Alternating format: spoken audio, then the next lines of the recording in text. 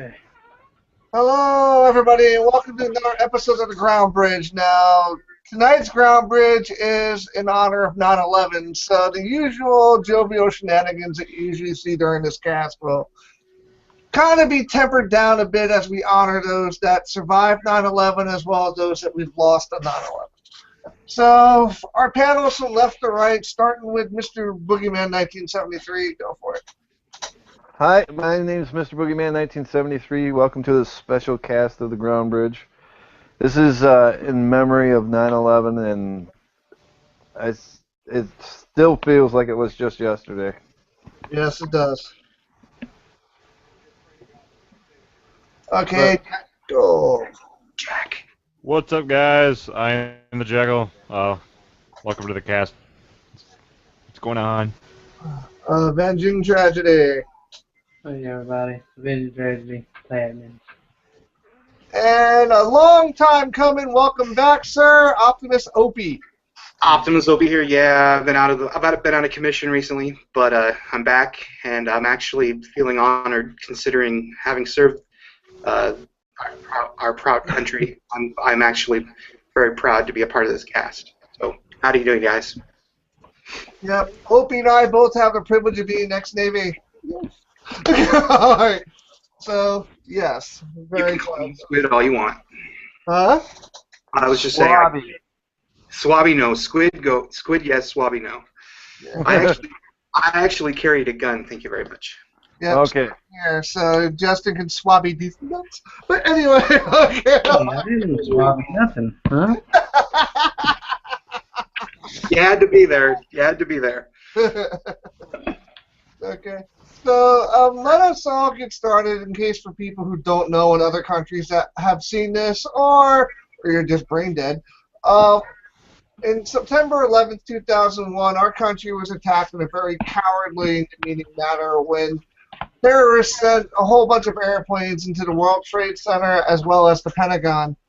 And 2 more planes went down before they could actually do any serious damage. And 2? I thought it was 1. I only heard of the 1. There was two, as far as I remember. I thought one went down in the ocean, didn't it? There were 2 actually. One hit ground somewhere, which I can't remember, and the other one hit the ocean. I know The one hit ground in Pittsburgh, near That's Pittsburgh. Yeah. Outside of Pittsburgh, yeah. And the other one, I do believe, went down just off the shore of New Jersey or someplace. It went off the shore, I never heard of that one. further south towards D.C. No.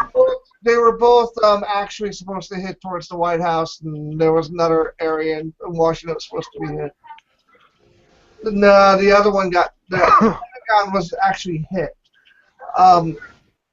Okay, and we lost a lot of life that day due to a cowardly act from cowardly people, and we were somewhat redeemed, but never truly redeemed when Osama bin Laden was killed.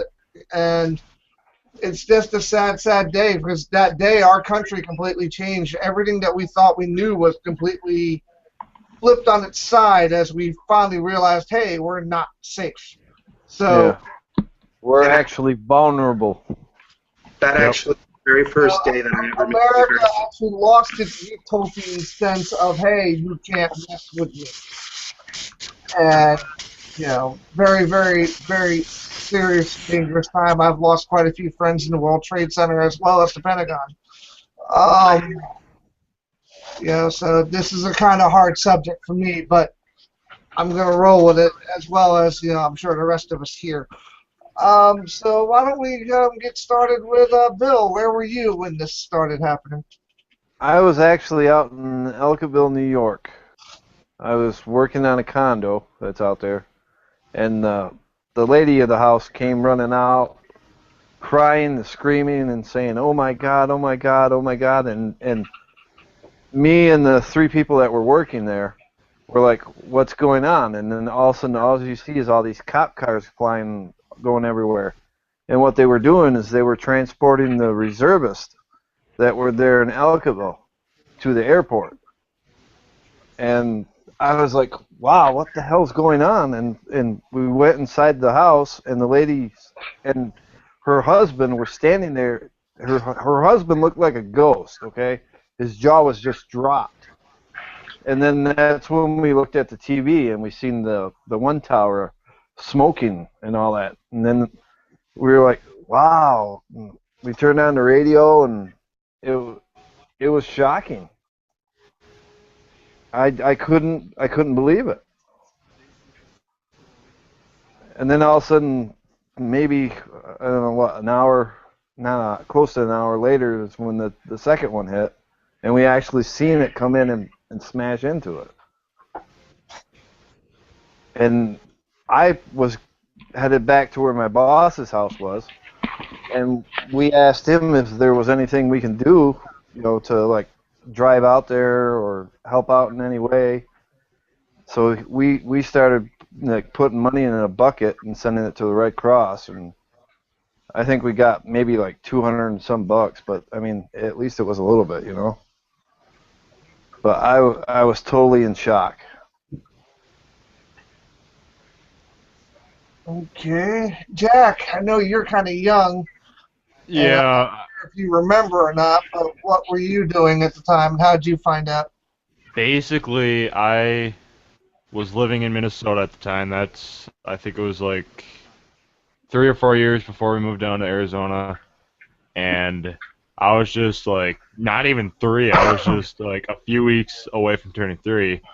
And I think I was in my room. I don't remember. I think I was just playing with some toys, and next thing I know, I hear out in the living room, OMG, OMG, and I go out there, and turns out my mom's standing there because it was actually the day after her birthday, because her birthday was the day before this happened, and I think it was my mom or it was one of my sisters, and Dad comes out. He's like, "What's wrong?" And we look at the TV. Then we see one of the World Trade Centers with smoke on it. Then, like, sometime after it, another plane just smashes into it. And I know my dad was in complete shock. I don't think my brother is at home. I think he was at school already. I just don't remember any. It was just one of the most shocking days that I have ever seen. It was totally unexpected. Well, being 3, it'd be kind of hard to comprehend it. Yeah. But, like being an adult, it's a totally different scenario. But when you're a kid, you just see mommy and daddy flipping out. You don't know why. So it's kind of hard to even understand the full mentality of a 3-year-old.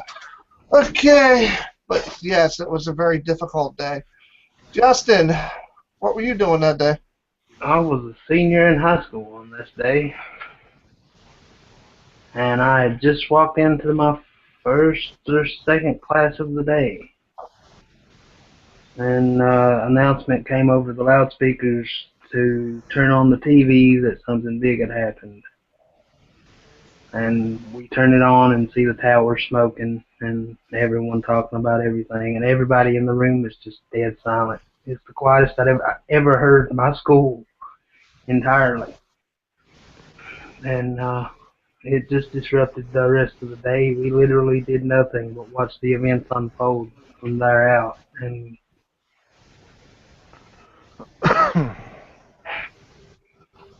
sitting somber. I mean, we couldn't believe what was happening.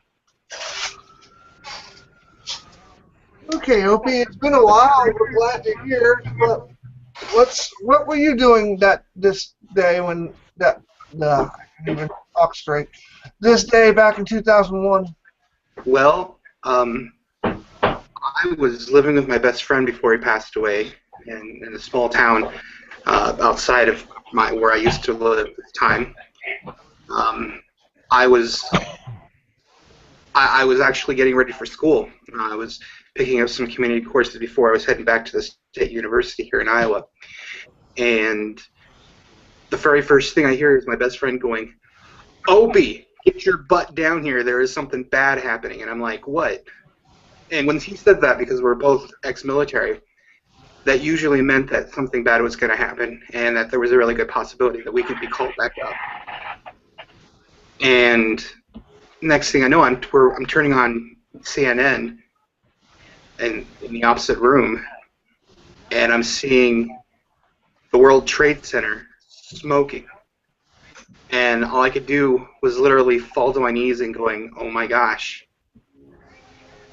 our country has literally been attacked."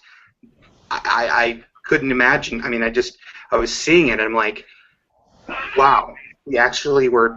I can't tell if this was. I couldn't tell if it was bombed or what, or if it had been blown up or something. But it was awe. It was awe. It made me go have a huge case of awe. I didn't know what to think, good or bad. Side note, it was the only day that I ever missed of college in my entire career. So I mean that was intense for me. All I knew is I actually had one tear drop from my eye because I was afraid that something worse was going to happen to us, knowing that we were a part of a country that was so well protected, and still something so awful could happen to us. It was just like the rest of you gentlemen. It was a difficult day, and I really didn't know what to think or say at the moment. But it definitely changed me, as well as the rest of the country, in a way that in a way it just would not be, things would not be the same. And since 9/11 happened, we've seen nothing but changes throughout our country. So it was quite a day. I do remember, though, I had a friend who was in one of the buildings, I found out, and I actually was served with him. He was a Marine on the base I was stationed in Japan, and he was on leave, and apparently he was visiting the World Trade Center at the time, and so it was difficult knowing that I had lost a friend, not to war, but because of some stupid fanatics decided to think that we were worth being picked on. It's difficult for me to talk about still. So it was a rough day. Yes, agreed.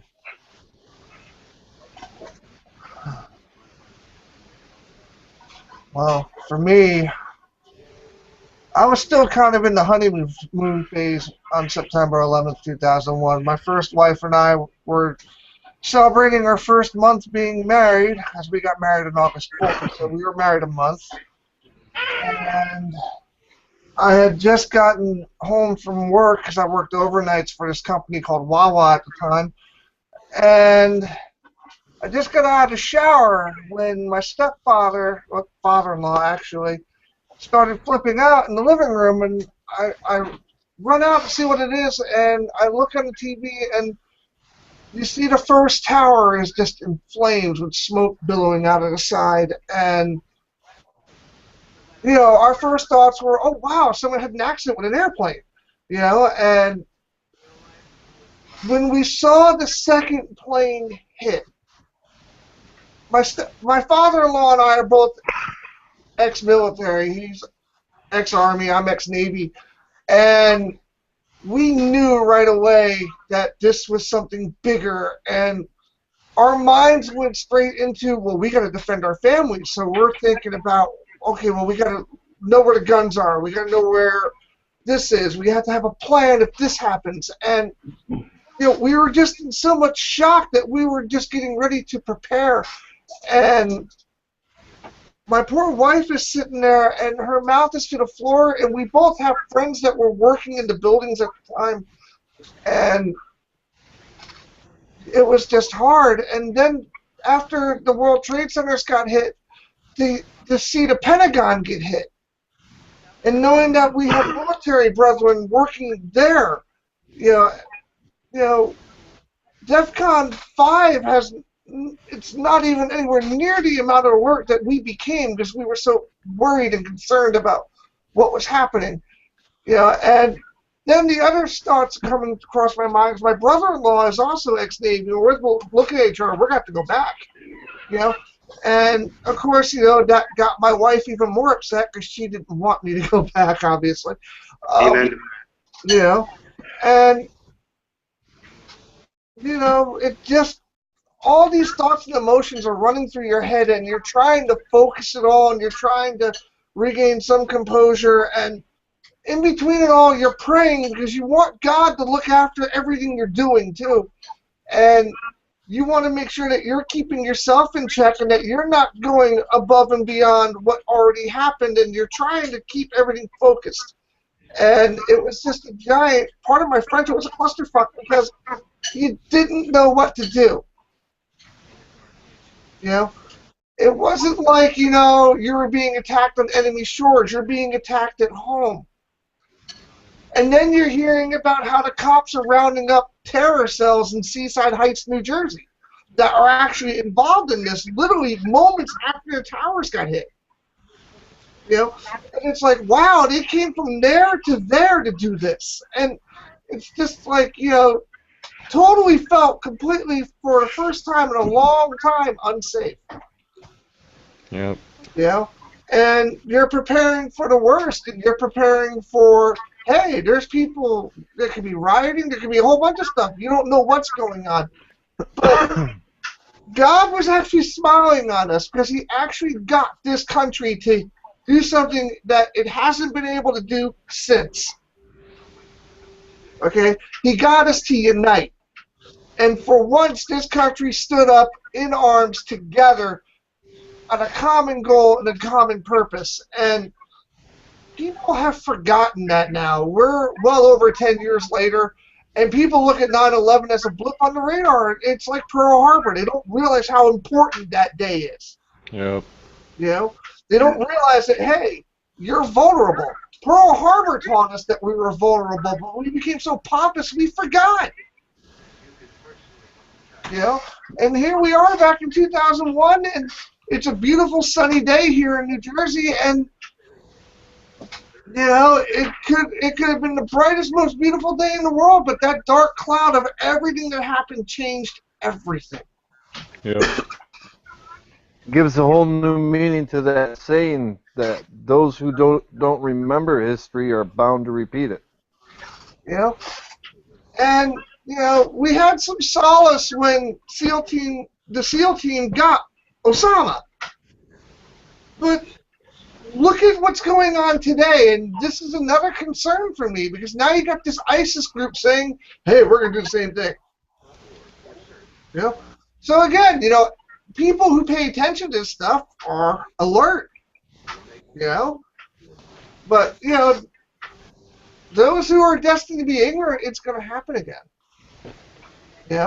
But tonight our focus should be on those that we lost and for those that are still here. So for those that we have lost, I would like to promote a moment of silence real quick, if you don't mind. So can we bow our heads for a moment?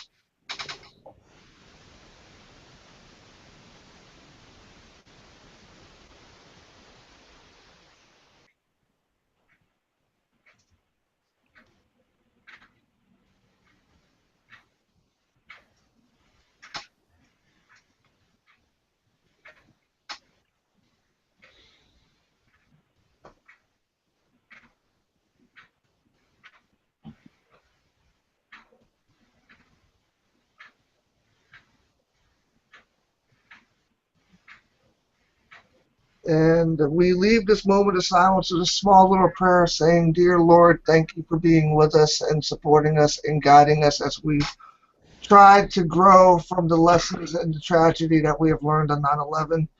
May you please strengthen us and remind us and keep us forever vigilant so that hopefully our country never has to endure this pain again. Amen. Amen.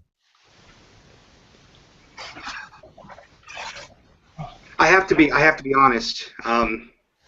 It's been how many years since 9/11 actually occurred, and 13. I have 13. Yeah, 13.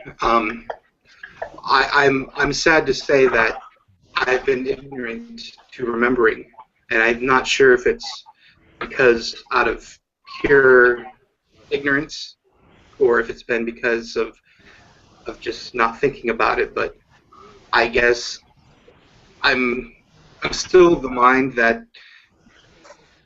I don't see how like something like that could happen to us again. But now that we have ISIS, it sort of makes me cringe and get a little scared. Well, if you remember from our training, Opie, they told us flat out, if somebody wants to get us, they're going to get us. Yeah. The point is, how do we respond? Well, if I were a scared little chipmunk, I would try to build myself. Hey there, Mrs. Long time. Marcia, say hi. Good to see you again, sweetie.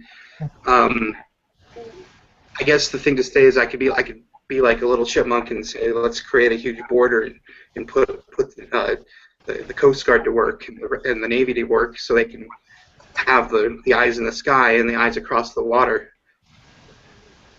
But then there's the other side of me that wants to say, give me a gun, put me back in charge of a post, even though I may not be of a state of mind mentally and of physically. I still want to do something about it. I know that's contradictory to hear me say that, but Opie, I'm both. And I have my human side that just wants to take my family, board them up, and keep them safe. Yep. I have my trained side that wants to pick up a gun and take some ass. amen to that. Okay? But I also have a dominant side, and that is my spiritual side, and that keeps me in check on all fronts. I know that's the way to do it. That's the way to keep a sane, a straightforward-looking outlook on that. But the protective side of me, the human side of me, basically comes out and says, "Don't mess with the U.S." And I will be there to, if I can, to jump through the water and come swim into your shores and knock you out before you knock us out. I know that isn't the right state of mind and the right thing to say and do, but that's the way it feels. well, see, my side is I'm the protective side. Yep. I have a backup plan.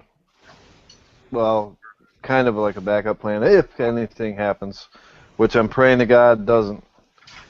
But I have all my guns, all my bows, all my swords, all my knives, everything, all ready to go in a moment's notice. Unfortunately, the military has deduced that I am incapable of carrying a gun, let alone carry permit, so I can't even own a gun.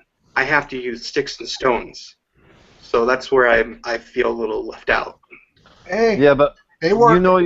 you know yourself that if anything happens, and if your next door neighbor has 12 guns, and they're coming down your street, you can guarantee that neighbor is going to hand you a gun. I'd Actually, like to believe that. that's the part of the thing that concerns me, though, because America's not like it was back in 2001. But right now, my concern right now is, we lost a lot of loved ones on 9/11. And that's where my heart is right now. And remembering those that we lost. There were people that worked in those towers. There were mothers, fathers, brothers, sisters, fellow human beings that did not deserve to die for some meaningless religious bullshit. Okay? Cooked up by some propaganda artist who just wants to start a jihad because he thinks that it's acceptable.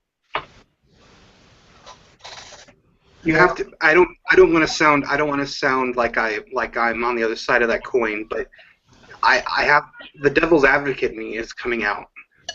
We as those that are considered to be the Christian Gentiles of the world have actually done exactly what they did to other countries.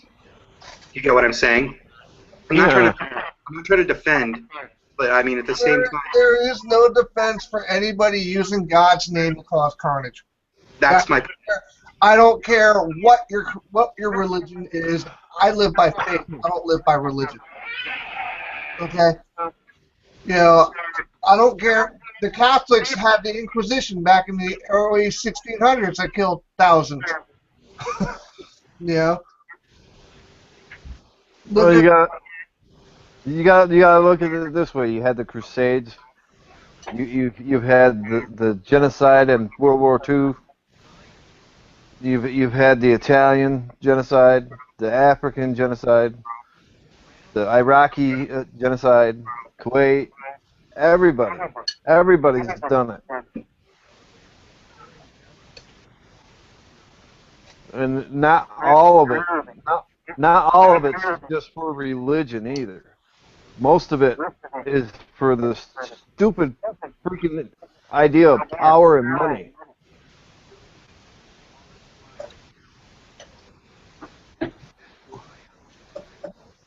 Mm-hmm. I mean, if you think invading the country just to get the rights to the oil or just to get rights to a mineral or whatever, that's not cause to kill off thousands of people. Exactly.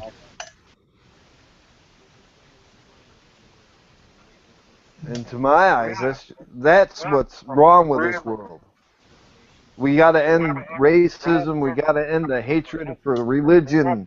We got to end the freaking need for money and more power. What we need what we need is the 23rd century, believe it or not. I've not tried. I know this is crazy sounding, but we have this wonderful fiction that was created by a great man. His name was Gene Roddenberry. I knew you were going there. He created, not that I agree that Star Trek is the best fiction out there, but we need something like the 23rd century, because if we did, we wouldn't have the problems we have today. That's just my opinion. I mean, I believe there's one race. I believe that there is one race, and there are many cultures. There's not the Asian race, not the Caucasian race, there's not the Hispanic race, there's the human race. And I firmly believe we come together somehow. But unfortunately, we have this thing called, well, I'd find a good word for it, but diversity. We need to find some diversity for the entire human race. And I think that if we could, we wouldn't have the problems we do now. Agreed. But the human race has to understand that just because you want people to accept your differences, you also need to accept theirs, too. And I do, personally. But the biggest problem that this country has right now, and Zach, welcome to the 9/11 cast. Thank you for joining. We'll let you talk in a moment. Okay? But the biggest problem we have in this country and in the whole world right now is you have one side saying you have to accept what we do. And it is accepted. But when the other side is accepting it but not agreeing with it, then it's like, oh no, you have to agree with us to accept you. I can love somebody if they're different than me and not accept what they do. You know? I think that's a great way to go. That is called being accepting of a person. I don't have to like lifestyle or choices to love somebody. But it doesn't mean that I have to do it to accept it. You know? Part of being a melting pot is accepting all the parts that are melting, not just one or two. You know? You need to be able to accept everybody for who they are and what they are. It doesn't mean you have to agree with what they do. No, and again, it almost reminds me of two 5-year-old kids fighting over a freaking candy bar in the playground. Why, you have a candy bar? No. You know what I mean? It's childish. Milky Way? Snickers, because Snickers really satisfies. I bet. But anyway, but seriously, you know, the biggest problem in this world is, like, you know, for example, okay, people hate each other for color. Last time I checked, I could get a paintbrush and make myself any fucking color I want. Okay? This is just a shell, people. What matters is what's inside it. Yeah, we all bleed red. Okay? When we all die, we turn back into dust and mineral from whence we came. This is just a shell. Okay? What's here is what matters. And if you're too ignorant to see that, then there is no help for you. Okay? But on another note, Dak, on 9/11, where were you? I was 7, so I don't really remember. Okay? Yeah. Well, you kind of joined in a little late because we're about ready to cut it because the show is only supposed to be about a half hour. So again, I think the biggest lessons we can learn from 9/11 is look at all the things that we've done today. Our airports are actually safer with the new militaristic approach of getting people on and off planes. Our military is more vigilant, even though it's spread out everywhere. And, people have become overly cautious now. Whereas, when you look at our fellow brothers in America, we don't even trust each other anymore. So there's been some damage, too. And I think what we really need is that unity we had right after 9/11, when everybody came together, and we were united on a common front, and we looked after each other, and we helped one another. That's what we need. My personal opinion. That's what we need. The best one-liner I could use is what's written in the Constitution of the United States. And that's what is it? We the people are united in a common cause. Yep. Because, we get so blindsided by all the pettiness of the politics and all the hatred and everything running around the world nowadays that we seem to forget that we're one country. Okay? And Just separate my waters. Exactly. Yeah. Which actually brings me back to I don't want to interject or step on you, but I've got this thought in my head I've got to get across. Go for it. Basically, it goes back to Star Trek, IDIC, IDIC, infinite combinations and infinite diversity, or infinite diversity and infinite combinations, which means that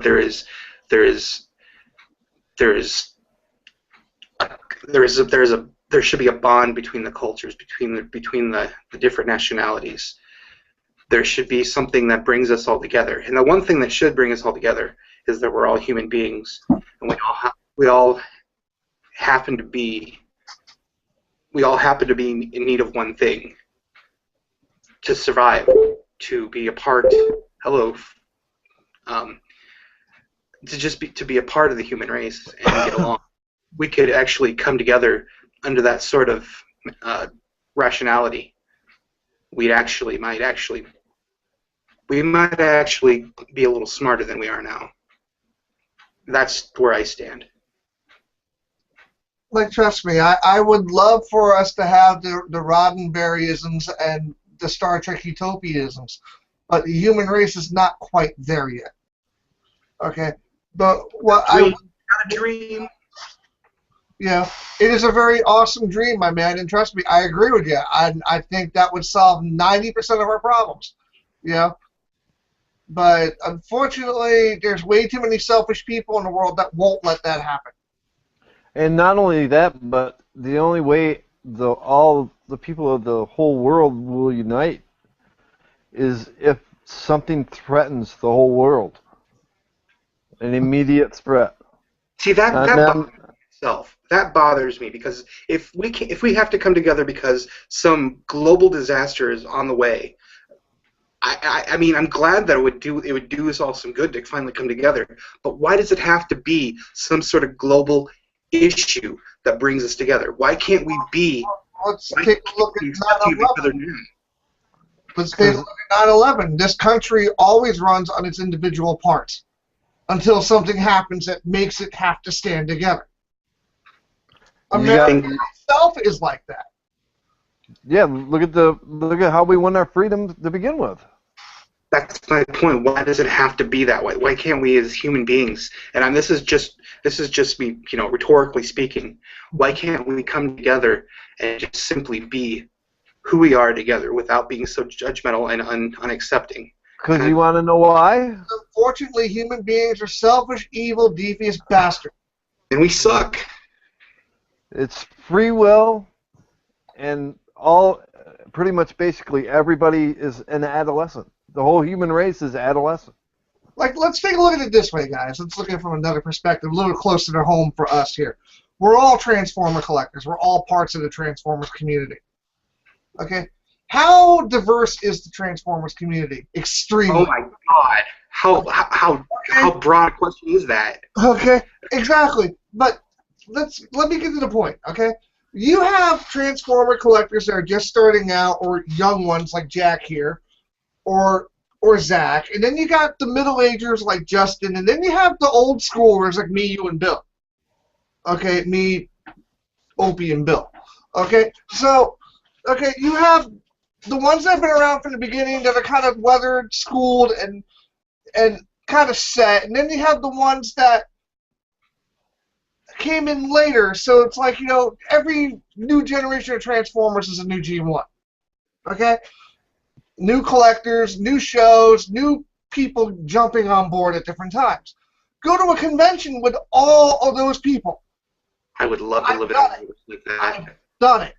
And if you want to see a clusterfuck, okay, over how everybody thinks that they're right and nobody can be wrong, I've seen screaming matches between different generations of Transformers fans at conventions because they can't seem to accept that we all like the same thing, but it's a different incarnation of it. We all come together, though, at the very end. That's my point. But the point is, no, we don't. There's different factions and different groups. The world is like that. But you see, the difference. The only common banner we have is the fact that we all like a toy that turns into a robot. The fact is that we all happen to be Transformer fans. Now, I just use this as a more of a, try to think of this as more of a global concept. We all happen to like Transformers to some extent, to some degree, more than others, with more education than others, more knowledge. But at the end of the day, we all seem to come together because we all have a common goal: to enjoy Transformers and be respected. And we do. I'm sorry, I've been to 2 conventions, and I've been through situations like you described. But at the very end of the day, we all come together and we said, you know what? We're here for the idea of Transformers, what it stands for, what it's done for us for our lives. Yes, and but you're not letting me finish. Okay, there are those in those same conversations that actually walk away. And they start their own things, and those are the ones that actually end up becoming the trolls and the other stuff in the community because they don't want to agree to disagree. Well, let's take away their dinner for the evening. All you really have to do is look at how many groups there are and what the rules for those groups are. You can post pictures, but no sales. You can post sales, but no custom pictures. You can post customs, but no sales. You know what I mean? Well, that's all because certain groups don't want sales in their groups because they have other groups designed for the sales. It's a little different. Right. I'm just saying, like, examples. Say, like, I worship God. You worship Allah. Or you worship the Quran or whatever, you know? It's basically still the same. Basically. Yeah, but the point is, like, we're a giant melting pot. Now, if something would have happened, let's say, in the Transformers community, where Hasbro and Takara said, you know what, screw this, we're not making anymore. Oh, then there would be a hell to pay. Every single fan would unite to make sure they got the next generation of figures. Oh, yeah. Okay? And that's what happened on 9/11. We were faced with a very dangerous situation, and the country came together. The chaos is what brought the people together. Because until then, the people were all well, I'm doing this thing, I'm doing that thing, I'm more worried about this, I'm more worried about that. You know, they're doing their own things. They're not worried about the whole. I actually think there was a picture on 9/11 of a black man carrying a Jewish rabbi. Yeah. You know, actually, what you're saying, Scott, what you're saying, Bill, is what you're both saying actually was done in Transformers Prime. If you remember, Rise of the Predacons, they did that. They came together. Everyone came together for a common goal, and that's what we did. That's what we did in the U.S. Mm-hmm. But So- again, in Rise of the Predacons, they were facing a annihilation of that whole planet. Which is That's why. my point. That's my point. Why does it have to be? I mean, this rhetorical. Why does it have to be a global disaster to bring us together? I think we're all idiots, and we need to be spanked, and our dinner's taken away for a day. That's just. I want dinner. Well, if you misbehave and not be, on the same wavelength with the rest of the world, then you don't deserve dinner tonight. Go to bed. We need to respect other people, other races, everything. We need to get over ourselves and unite as one people. You know what I mean? Not because of the color of skin or who you believe in, who you don't believe in. I can foresee anybody uniting with anything is for people to accept each other's differences for what they are without having to force them to conform to one or the other. I think that would be a good condition. I think people could actually could accept that if that condition was given to the entire world. I mean, it's not happening, but I think that would be a For good example, I don't have to agree with certain lifestyles. I don't have to agree with the way certain people do things.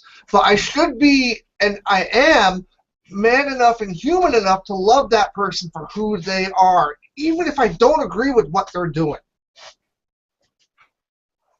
Okay?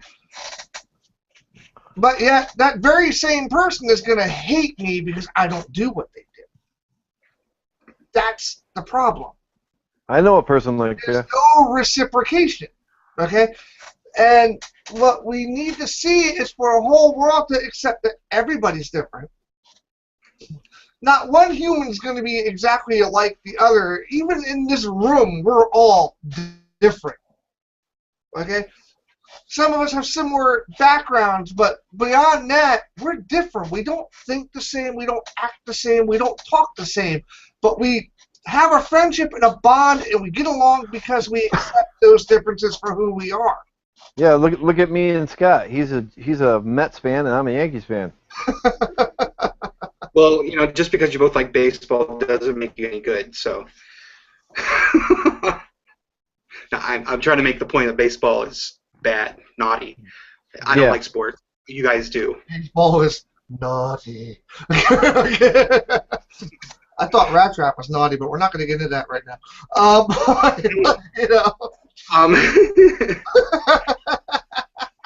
But all I can say is, everybody that's watching this, everybody that's hearing our voices and everything, get over yourselves, love one another, and make world peace happen. You know what I mean? We'll grow as a civilization, as a planet, as a whole. Personally, I actually feel, there are days when I have my off days, but I like to think of myself as someone who has been raised to be accepting of all cultures and creeds and all that, because if you're not accepting, how are you going to be accepted by somebody else? And that's how I've tried to live my life. Now, I can safely say that I believe that from the things that I've heard, that you, Bill, and you, Scott, you try to live your lives that way as well. So if we could find a common thread that would bring the rest of the world to an understanding of what we're saying now, I think we wouldn't have to worry about another 9/11. And I think that's where I'm trying to get to. That's where we're all trying to get to. I guess it's difficult for me to have to accept the fact that there are so many differences in this world that they can't be accepted, and that's always been an issue for me. That's my the way I see it is either accept me for who I am and what I am, or don't accept me at all. Well, agreed. But at the same time, I'm still going to respect you. Got it is this. There was a great teacher who once said to me, if they don't accept you for what you are, take up your mat and walk. Okay?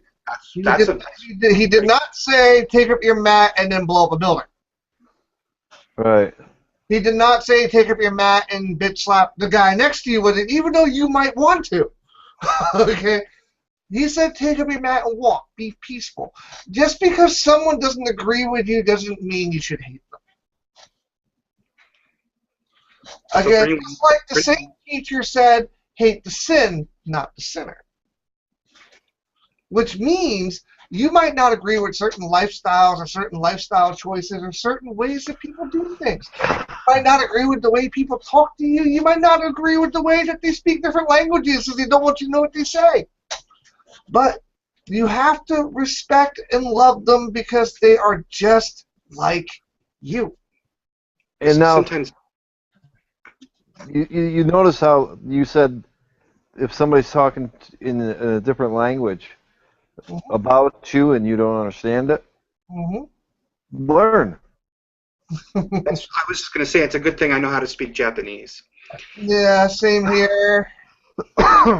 Spanish, Hindi. Yeah. But you know, understand the meaning of that though? Is if you don't understand somebody else's culture, learn from it. If you don't understand somebody else's ways, learn from them. Yeah, but the point is you need to understand the bigger picture. Learning their ways is one thing, but at the same token, respecting the humanity. Okay? We're all one and the same. We all wake up, we all eat, we all sleep, we all breathe, we all put our pants on one leg at a time. Not me. I put my pants on 2 legs at a time. Yeah, I'm the same way. Well, you know, that's because you guys like to jump out of bed and face plant the floor. But the rest of us, you know, prefer the whole one-leg method, mainly because the arthritis hurts and we're tired of hitting the floor. But anyway, yeah, had to throw in some humor. We're getting so dark in here, it's getting creepy. But yeah, but seriously, I think the best way to honor somebody and to honor someone's memory is to evolve and grow from the situation that caused the initial problem in the first place. Okay?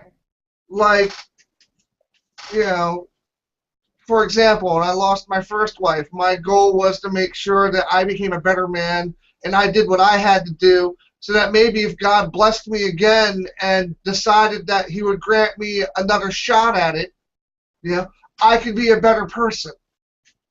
Even though looking back and realizing the tensions and everything that we were dealing with, that, you know, because I lost her to cancer, you know, that it was all part of the human deal, and that for both of us it was to grow, and for her it was to go home, and for me it was to become stronger. I know how that is. Okay? But for some, there are people here that don't know how that is. Now, am I supposed to get mad when I say that and people look at me like I have 5 heads? No. That's part of accepting who people are. Okay? You need to accept people for who they are. If you don't like what they do, if you don't like what they're saying, well, you know, you don't have to like their lifestyle. You do have to love them. I think that's the message that ISIS needs. Honestly. That's the message they need to hear and learn from. I don't know. That's just what feels right to say. Okay, well, on this note, my fellow brothers and... Hold on. We'll do that after the cast, Bill? I thought we were going to do it live. Are you sure you want to do a giveaway in a cast like this? I don't know. I just wanted to see his reaction. Well, he's still going to be on. Okay, fine. Okay. We can do that after the cast. You know, Okay. I think we got a little dark here. We don't want to do a Rainbow Bright moment. Okay. Okay, so, you know, hell with it. We'll have a Rainbow Bright. We're gonna have, all right, Bill, do your Oprah moment. Okay, OP. I know you've been trying to get a custom from me for years and years, and I've been trying to contact you for a little while, almost like a year and a half, waiting for you to get on to where we can all see your reaction. This is yours. I've had it for a while. Been waiting for you to contact and get it. But this is yours. Really? Yeah, That that's is- yours. You don't want you don't want anything for it. No. All he wants from you is a PM with an address. I'm touched. Thank you. Because actually, this was done after Bulkhead. It's been sitting on my shelf for a very long time. Thank you, brother. I'm gonna cry. Hold on a second. Thank you. You're welcome. I will send you the information to send it on over. That is, you know what? I'm manly enough to say that if I could right now, I'd hug you. It's all right. We're both manly enough to say we'd probably hug you back. Okay, all right. But yes, this is fully transformable too. And it won't hurt to pay. Nope. Nope. I'm at a loss for words. Thank you very much. I will send you the information right away. Because the whole when you did that video response, it actually brought a tear to my eye. Thank you. And that's why I did the Bulkhead for you, your buddy. And actually, right after I did the Bulkhead, I did this for you. You've just brought my heart up to loving Decepticons just a little bit more. Just remember, my friend, till all are one. They're all the same underneath the chest plates. Okay? Yes, they are. And that is the whole point of trying to get across tonight. All right, so until next time, my friends, we shall bid our dues. Normally, we would go left to right and announce our channels and who we are, but knowing the kind of cast this is, I just think the best way to end this tonight would be to say thank you to everyone, and thank you for hearing us and hearing our talks and our discussion. And please understand from where we're coming from. We're not just a bunch of grumpy old men. We all lived life, and we all have seen it through different eyes. And, you know, the hatred in this world just has to stop. Yeah, there's a boiling point, and we've reached it. You know, because it's not even just us. There is a higher power who I am sure is getting royally pissed off at us at this point. We need to stop and appreciate one another, because underneath this flesh is a wonderful spark called soul. And that soul has been gifted to us, and it's our job to nurture it and learn with it so that we'll know our maker with it and we get accepted into his hallowed halls. You know, we're not here to destroy each other. We're here to love each other. Okay? So, on that note, I am Optimus420SL, one of my friends here, saying thank you for watching. Have a good night. Stay nerdy and get your geek on. Until next time. And thank you to all that have served. You are Take welcome. care. Oh.